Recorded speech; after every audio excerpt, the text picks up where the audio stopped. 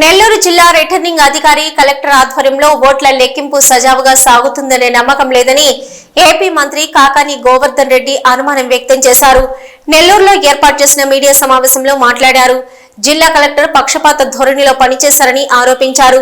Counting కు ఎన్నికల అబ్జర్వర్లను నియమించాలని కోరారు. ఎన్నికల నిర్వహణలో జిల్లా ఎన్నికల యంత్రాంగం ఘోరంగా విఫలమైందని విమర్శించారు. ఈ విషయంలో రాష్ట్ర ఎన్నికల సంఘానికి ఫిర్యాదు చేశామని వెల్లడించారు. పోలీసు అధికారులను ఉద్దేశపూరితంగా బదిలీ చేసిందని, కొత్తగా బాధ్యతలు చేపట్టిన పోలీసు అధికారులు ఉద్రిక్తతను రెచ్చగొట్టారని పేర్కొన్నారు. వైసీపీ బలంగా ఉన్న ప్రాంతాల్లో భయభ్రాంతులకు గురి చేశారని తెలిపారు. మాచర్ల ఘటన వీడియో ఎలా బయటకు వచ్చిందో చెప్పమని దుస్థితిలో ఎన్నికల కమిషన్ ఉందని ఆరోపించారు. టీడీపీ నాయకుడు మాజీ మంత్రి సోమిరెడ్డి పట్టపగలు ఓటర్లకు డబ్బులు పెంచితే దాని మీద ఫిర్యాదు చేస్తే ఆర్వో పట్టించుకోలేదని అన్నారు. మానవతా దృక్పథంతో సోమిరెడ్డి డబ్బులు పంచారని జిల్లా ఎన్నికల అధికారి చెప్పడం హాస్యాస్పదంగా ఉందని అన్నారు. ఈవీఎంలు పనిచేయటం లేదు, గంటల కొద్ది ఆలస్యమైందని చెప్పి పాపం సిబ్బంది కొన్ని దగ్గరలో అయితే వాళ్ళు కనీసం ఆహారం కూడా అందించలేకపోయారు. ఆహారం లేకున్నా సరే పాపం సిబ్బంది విధులు నిర్వహించారు. కొంతమంది పాపం ఎక్కడికన్నా వెళితే తాగడానికి నీరు లేదు, క్యూలేమో చాంతాడంత, బ్యారికేడింగ్ లేదు, షామియానాలు లేవు, కుర్చీలు లేవు. దివ్యాంగులను తీసుకెళ్లి ఓటు వేయించడానికి ఎక్కడ అరాకొరా కూడా ఒక్కసారి కానీ అవసరాలు కానీ లేకుండా ఈరోజు ఎన్నికలంటేనే లెక్కలేని విధంగా సాధారణంగా ప్రైవేట్ వ్యక్తులు నిర్వహించేటువంటి సాధారణ ఎన్నికలు కూడా ఇంత దౌర్భాగ్యంగా దురదృష్టకరంగా ఎప్పుడు కూడా నేను చూడలే. మొట్టమొదటిసారిగా పాపం క్యూలో నిలబడినటువంటి వాళ్ళు అయ్యో మాకు దాహం వేస్తుంది అంటే ఏదన్నా ఒక రాజకీయ పార్టీకి సంబంధించినటువంటి వ్యక్తులు నీళ్లు ఇవ్వడానికి వెళితే వాళ్ళ మీద దాడులు జరిగాయి, దాని మీద గందరగోళం జరిగింది, దాని మీద ఉద్రిక్త పరిస్థితులు తలెత్తాయి.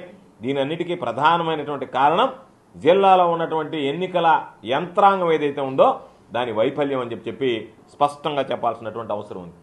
ఈరోజు రవాణా శాఖకు సంబంధించి ఎవరు ఆ బాధ్యత తీసుకున్నారో నాకు తెలియదు. జిల్లాకు సంబంధించి ముందు రోజు ఉదయం ఏజెంట్లు 5 గంటలకు వెళ్ళి రిపోర్ట్ చేస్తే 24 గంటలు అంటే రాత్రంతా నిద్ర లేకుండా పోలింగ్ పాపం అర్ధరాత్రి 12 గంటల దాకా జరిగినటువంటి సంఘటనలు ఉంటే మీ వైఫల్యం వల్ల, మీ చేతకానితనం వల్ల ఏకోజామున 6 గంటల వరకు ఆ వాహనాలు వచ్చి తీసుకువెళ్ళడానికి ఎదురు చూడాల్సినటువంటి దుస్థితి ఏర్పడింది. జిల్లాలో ఎన్నడూ లేనటువంటి దుస్థితి.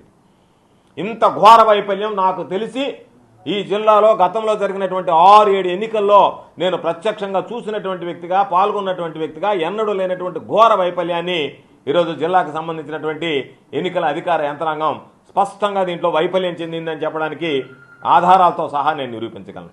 మరి దానికి సంబంధించినటువంటి నిధులే దుర్వినియోగం అయ్యాయా, పట్టి పట్టనట్టుగా వ్యవహరించారా అనేటువంటి దాని మీద ఇప్పటికే నేను ఎన్నికల కమిషన్ దృష్టి కూడా తీసుకువెళ్ళడం జరిగింది. దీని మీద పూర్తి స్థాయిలో దర్యాప్తు జరపండి. మరొకసారి పాపం వృద్ధులు కానీ, దివ్యాంగులు కానీ, మహిళలు కానీ ఎన్ని రకాలైనటువంటి ఇబ్బందులు పడ్డారో, ఎన్ని రకాలైనటువంటి బాధలు పడ్డారో అన్ని రకాలైనటువంటి బాధలు పడ్డారు.